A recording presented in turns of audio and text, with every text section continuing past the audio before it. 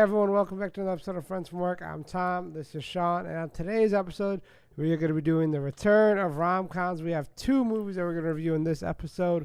It's going to be Shotgun Wedding and You People. They both dropped this past Friday, January 27th. Yeah, 27th. But before we do that, on Friday? Yeah. Sorry. But before we do that, do us a favor, leave a like right now, subscribe down below, follow us on TikTok and Instagram.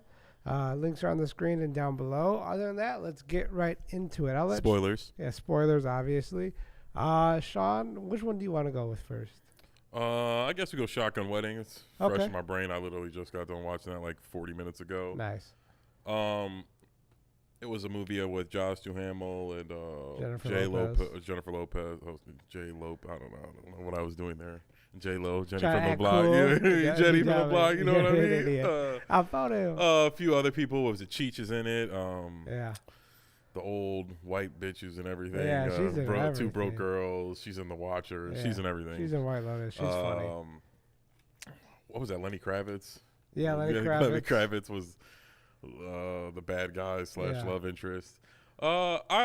It was okay. It was like a traditional, like you said, rom-com. Something they just haven't been doing in a while. Where like, I feel like everything now has got like some kind of agenda or something. Mm-hmm. Like they don't just make like a quirky movie. Like everything they try and make it make sense now. Like it don't gotta make sense. It's a stupid movie that we're all gonna go watch because J-Lo. Very simple. You put J-Lo's butt in the trailer. Like that you know what I mean? True. Exactly. Like I was like, damn. Yeah, it's like just do the movie. Like I said, it wasn't a masterpiece or anything like that, but I wasn't bored at all through the whole movie. I would say that for sure. Yeah, with this movie, they knew what they were doing. It's a very simpleton movie, as I like to say. Classic rom-com. Gave you some solid, like, not the whole movie, but some solid vibes at certain parts for like early 2000s rom-com. Yeah, like just hitting all the points. Yeah, just the points. Like and same point as Sean's. Like, I miss that because I'm a big fan of. I mean, early 2000s movies in general, but the rom-coms during that era just unhittable, uncomparable, I should say. And it was just a lot of fun. Like they didn't try to do, like Sean said, like an agenda or try to overdo anything or overcomplicate what's a tried and true formula of making a rom-com. And you got to add certain different aspects to make it original and entertaining. And obviously that's going to come with everything. Yeah.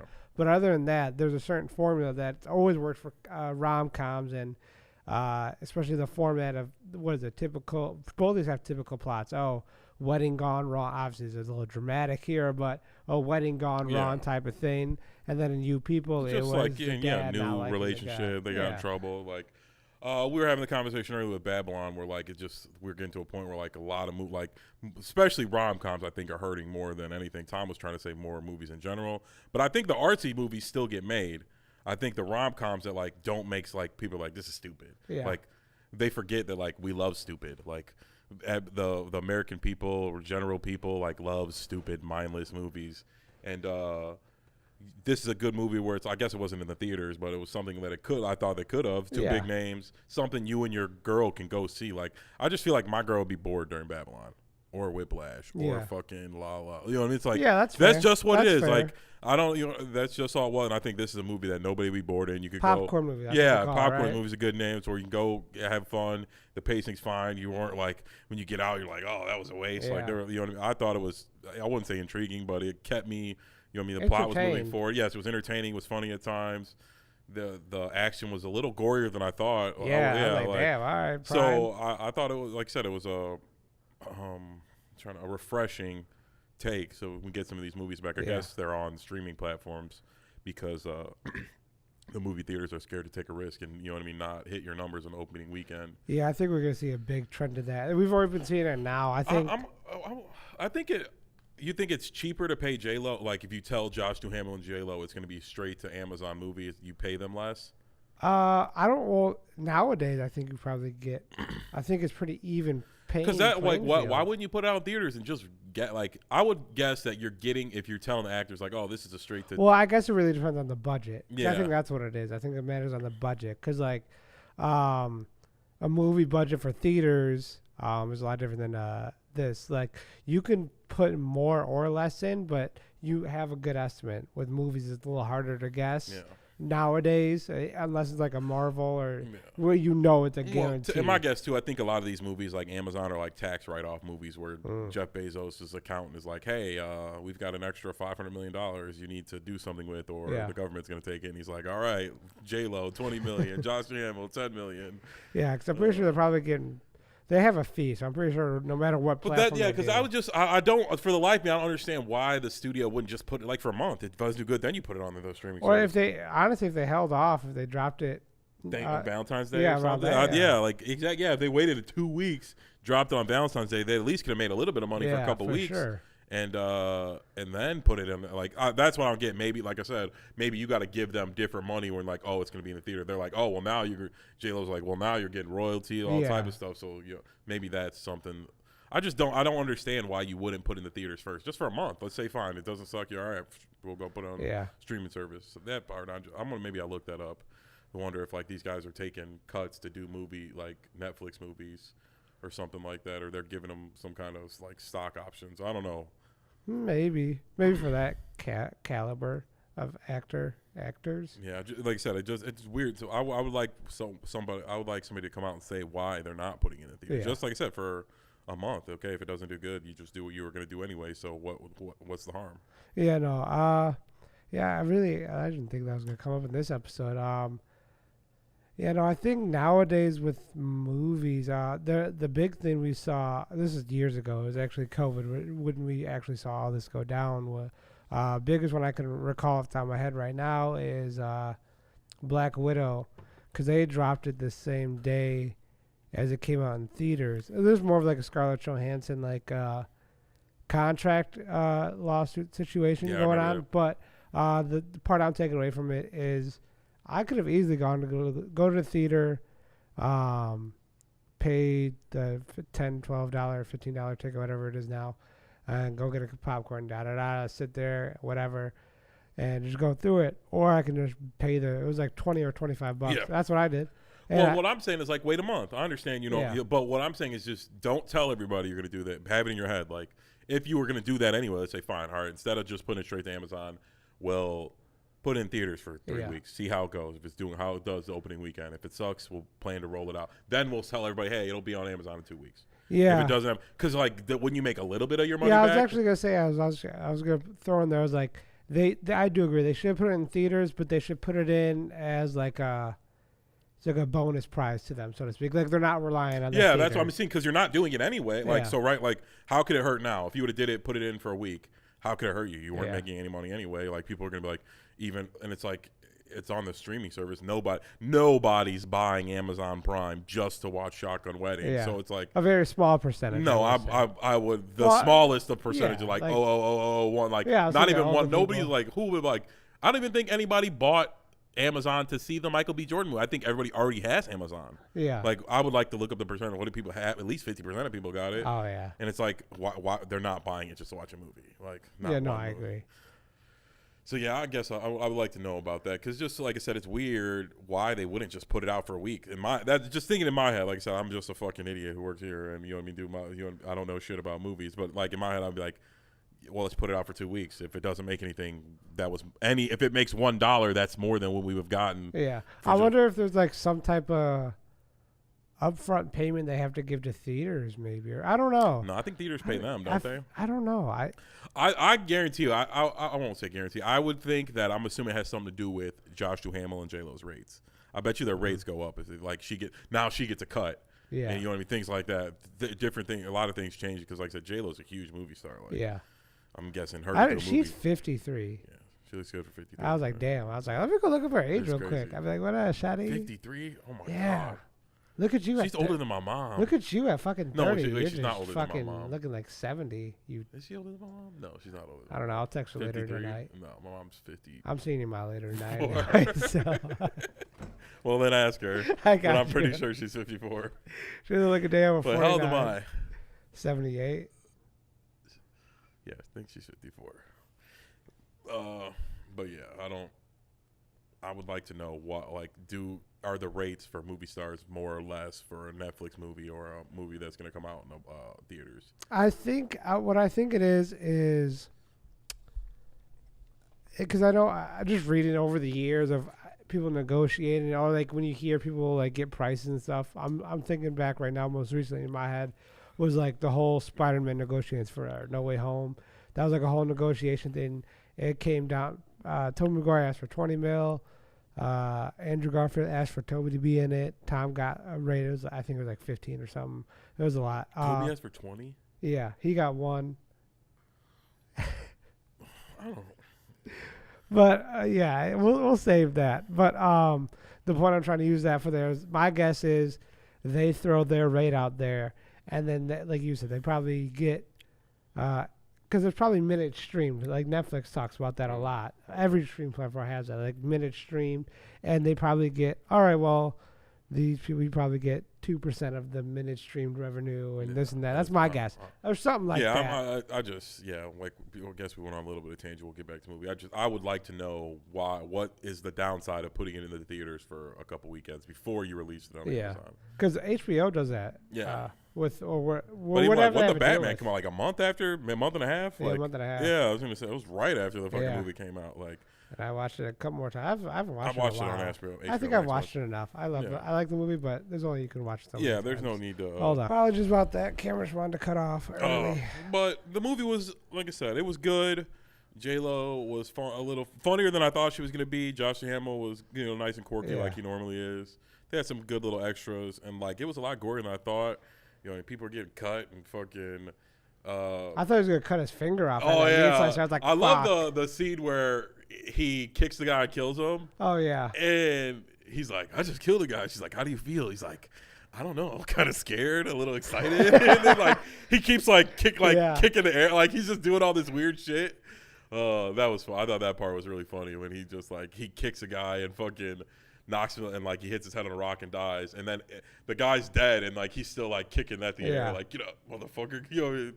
That was funny. It was a good take on how normal people would react to some shit like that. Where they weren't I just killed a person. They weren't trying. They were trying to save the people, but it wasn't I'm an ex-CIA agent. Yeah, they were getting their ass kicked. Yeah. They were getting beat up and cut. It was all situational circumstances. Yeah, and a lot of basically in the end, the plot armor and the luck, but they just they try something, then the bad guys just beat them up. Yep. Fucking there's there's when I was watching this movie, and that's why when I see now, for the most part, there's gonna be times where it is a cash grab. When you see established actors, like you said, J-Lo, Josh Duhamel,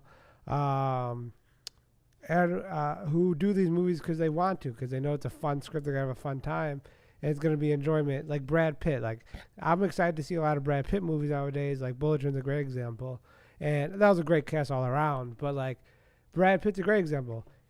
For a fact he does not have to act ever again in his life. Yeah. Obviously Samuel Jackson. There's a part of passion, but the point I'm trying to make is when you see certain level or caliber of actors do a movie at 30 years into their career, and they've been successful for 30 years. They didn't really fall off or anything like that. It's all right, well, this movie has to be it has to be at the bare minimum pleasantly except entertaining. Shut the fuck up. That was Brad great. Pitt picked a fucking stinker. That is not a stinker. He was great in that. You could not lie. Brad Pitt himself was great in that. Yeah, I guess. I don't know. Okay, whatever. We're not doing this. I don't know. I don't give great. So, how do I think you did a great job acting in the movie if I think the movie as entirety sucked? You pick how we do. We break it down. Pick the pieces. I know, but I just can't think. I just think if I think your movie sucked, then I think your main character just wasn't that good. Anyways, we digress. Yes, we already just. You've seen our clip. I'll fucking stab this man. I'll die on the fucking hill from Babylon. But J-Lo was good in this. Yeah.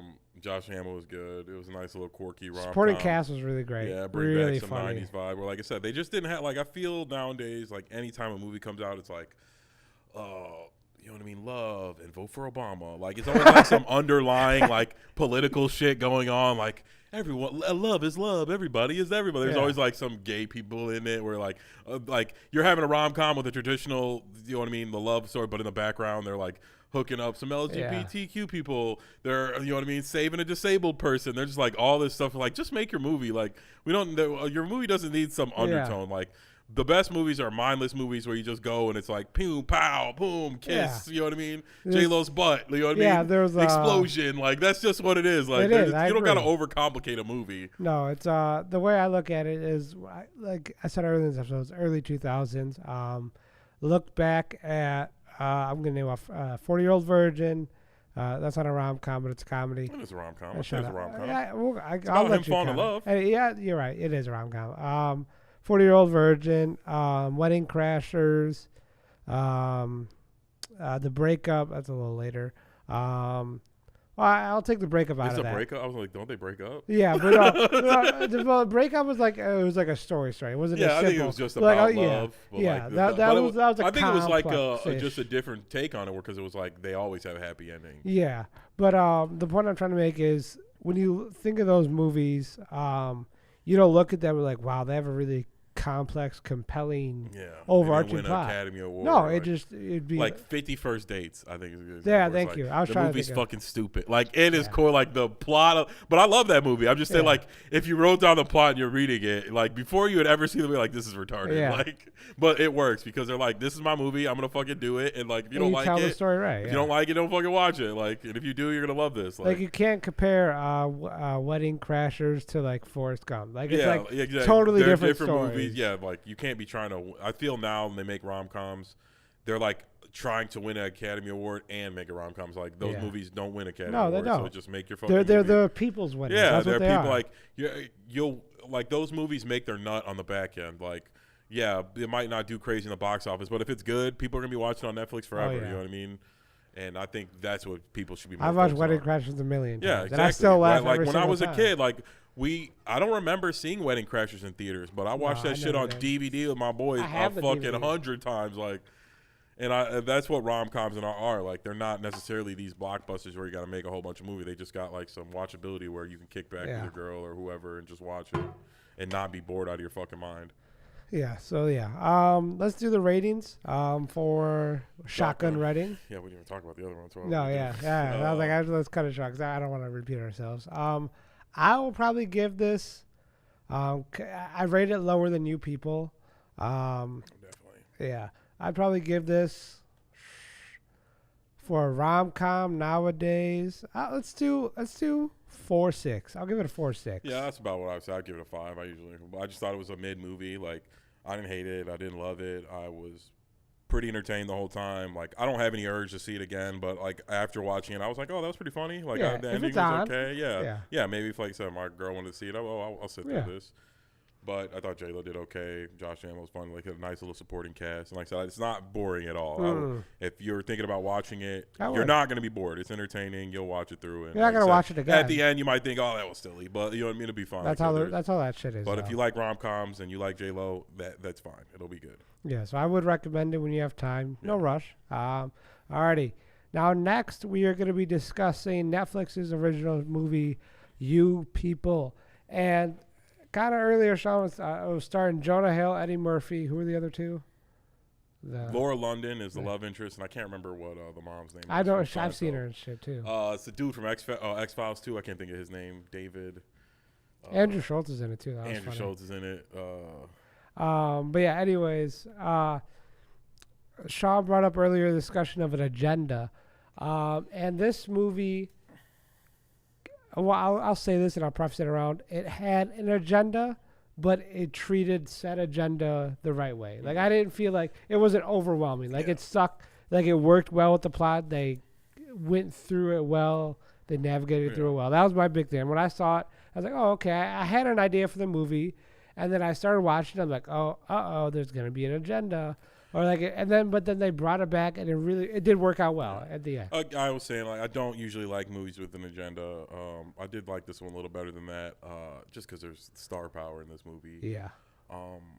And this issue is, I guess it is close to home to me. I'm a mixed race person. My wife is Jewish. I'm half really? black, That's half white. funny. Yeah. So. Like I had a lot of the funny things they say, and that like I've had these conversations. Some a Jewish lawyer. I just realized. Some had some of these conversations before, and so that what, like I said, it's close home. I usually don't like the agenda movies, but I personally, unlike other people, I can admit when I'm biased, and the racial issue is an agenda that's close to me. So obviously, I fucking like it. Yeah. So, or I won't say like it, but I just, you know what I mean? It doesn't bother me. It doesn't annoy me like I said. Yeah. And like, I'm a real person, so I can admit that, like, of course, I care about my agendas more than other people's. Like, Yeah. I'm not gonna sit here and pretend like I give a shit about fucking. You know, no offense, the Native Americans losing their land. Wow, you know what I mean? Racist. Hey, you know what I mean? They're my boys. But it's like, I'm not losing any sleep at night because the pipelines are getting built through their shit. Like, but I won't agree with Tom. I think it was a little overwhelming. I think the agenda, I think sometimes they let it get a little too out front. But I think that was, like I said, I don't know if that's what they were trying to do. So it's like this weird thing where, like, sometimes I'm like, this is a little too much. Like, but they reeled it back in. Eddie Murphy was dope.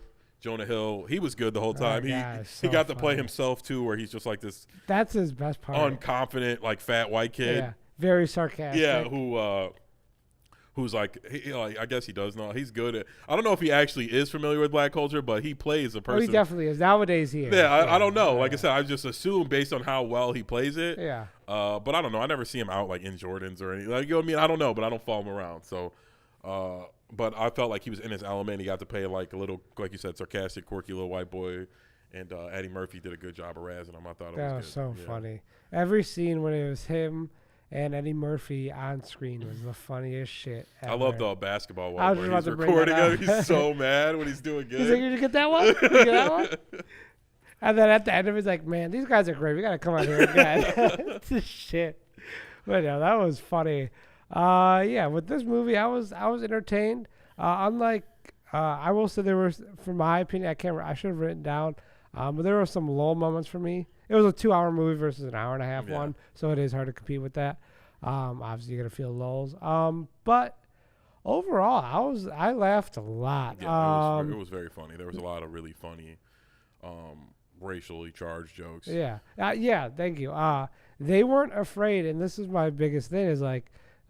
With comedies nowadays, you don't see a lot of funny comedies. It's very rare and not as mainstream. You don't see a lot of mainstream comedies as raunchy as this one. And they really brought a lot of that into it. It was good that they got. That was great where they got Eddie Murphy, and I cannot think of this lady's name. I'm gonna look it up. Yeah, Google the cast. chick from Seinfeld. Oh, her. Yeah. Yeah, she's in Seinfeld, but she's a Jewish comedian, and they got her and Eddie Murphy, who two goats in the game, who aren't afraid to make racial jokes. Like they came up making racial jokes.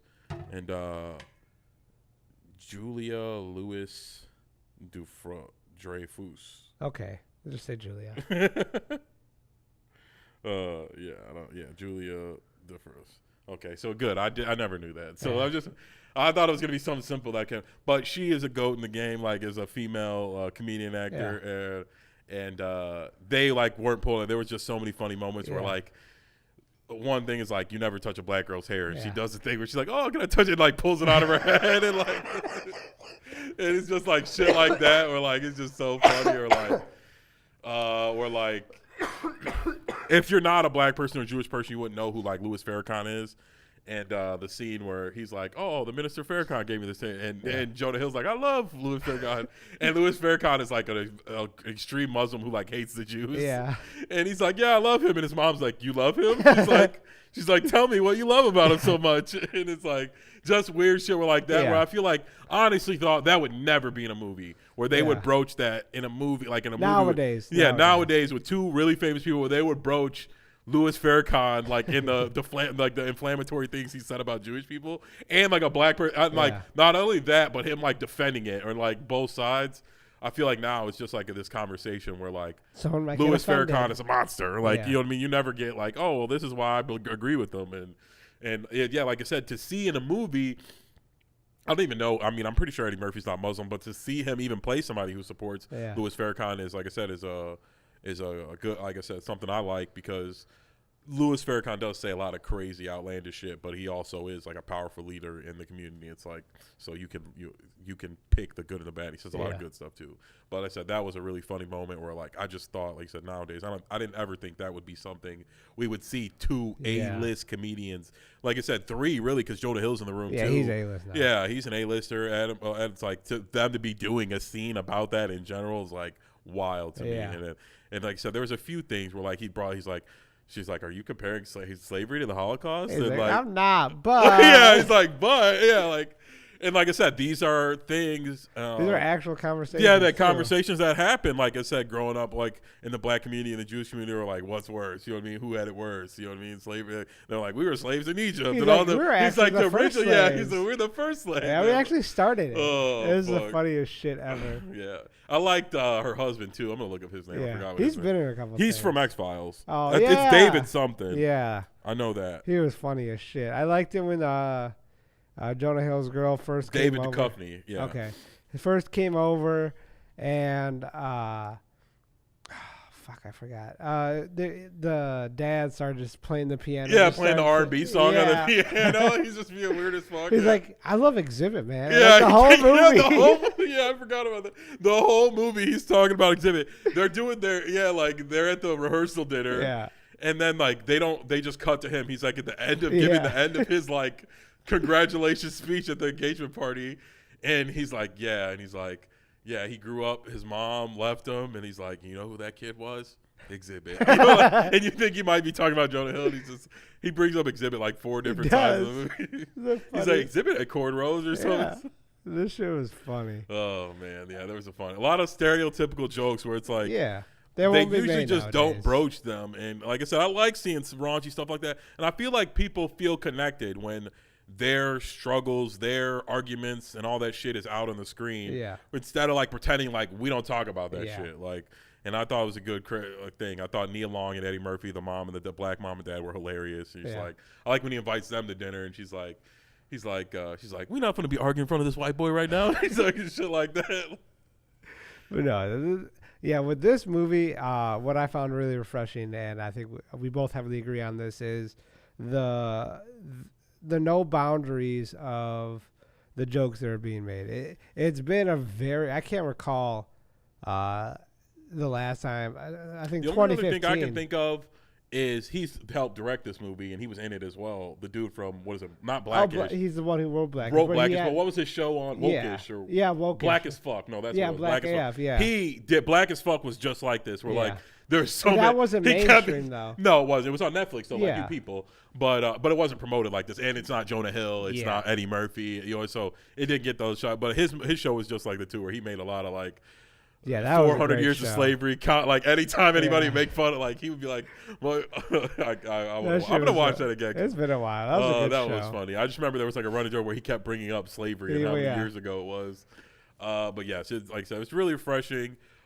They broached a lot of jokes that like I feel like it's just been gone for like 10 years. Last time I could think is like what 2014, 15. And they shed some light like on some realistic stuff where like. Two families coming together trying to navigate each other's culture. Like that's a real thing people have like, and they showed like the mom, it came off as her like you thought she might be racist, but it's like she just really doesn't know. Like, and she's eager and like, and in her culture, like, you know what I mean? It's more comfortable when you ask. Like, black people are more like, don't touch my hair. Don't, you know what I mean? Don't say that. Don't do that. Not saying that's right or wrong, but that's just how that culture is. Where you don't do that. You don't talk about that. You don't say certain things. And certain other cultures are more like, yeah, we do talk about that. You can touch my hair. You can, you know, things like that. So it was good, like, to see, like, that's real life. It's not some offensive thing where, like, oh, you know what I mean? Like, I feel like people, like, if it was different actors or something like that and she ripped her weave off, they might be like, oh, that's offensive. Let's be offended by everything. Like, that shit was funny. Like, and it's like anybody who has multi-race friends, think like that is funny. Like, you probably even seen that happen to a girl before. Like, that's fun. That's comedy. Like, and sometimes like something you might find offensive is still comedy just because you don't like it, or you're like, if that happened to me, I'd be fucking humiliated or whatever. It's like, yeah, that's why it's fucking funny. Like, that's why they did it. Like, yeah, there was the scene when that's why I was trying to remember earlier, but it's when Jonah Hill first introduced his girl to his family, and obviously the whole scene was funny, but it was like they did it true to like realistically like what would happen. I was a little more comedic, but like. I was dating a girl at a time. I won't name drop her because, bitch, you can't get this clout. But she was Hispanic, and she met my mom and my stepdad. And so she wasn't documented or whatever. But like my stepdad like, so what do you think about Chuck? I'm like, she's an undocumented. I'm like, what the fuck? And then my mom's like, so how'd you get over it? I'm like, why are we asking these fucking questions? Yeah, I feel like that's the movie. The movie like was that is like that, so realistic. It's like you walk in, it's like we all have moms who it's like your mom's gonna ask that stupid ass question. Like your mom's gonna be the smartest person in the world, and she's gonna ask the silliest stupid question. I thought it was nice and awkward. There was just a lot of funny moments where like Jonah Hill takes her parents to Roscoe's Chicken and Waffles to ask if he could marry. She's like, why did you take my parents to Roscoe's Chicken and Waffles? He's like, I didn't know. He's like, I come to here all the time. Yeah, he's like, I come here all the time. He's like, this one, right? And that's why Eddie Murphy's too funny because like every time, when people do that awkward polite thing where they pretend like they said like, oh, I come here all the time, like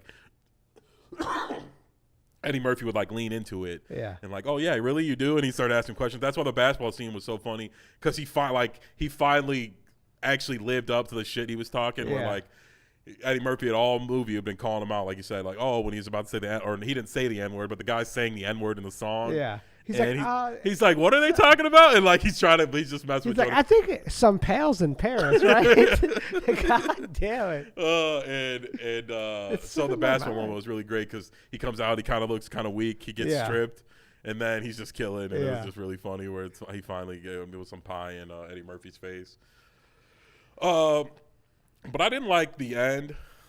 Oh, not all the way at the end, but the part, like the bachelor party part, was like weird. Where it's like, oh, now all of a sudden you do cocaine, and that's terrible. I was like, is that really that? That was funny. Not saying cocaine is good, but it's like you were at a strip club in Las Vegas with your friends before you're gonna get married, like, and the worst thing he did was cocaine. Like that shit was so funny. And I'm glad we got to that point because Andrew Schultz, his little parts were so fun. I mean, he's a funny guy. Yeah, he's hilarious. But like he was making his speech was it the rehearsal? It had to be it was the rehearsal.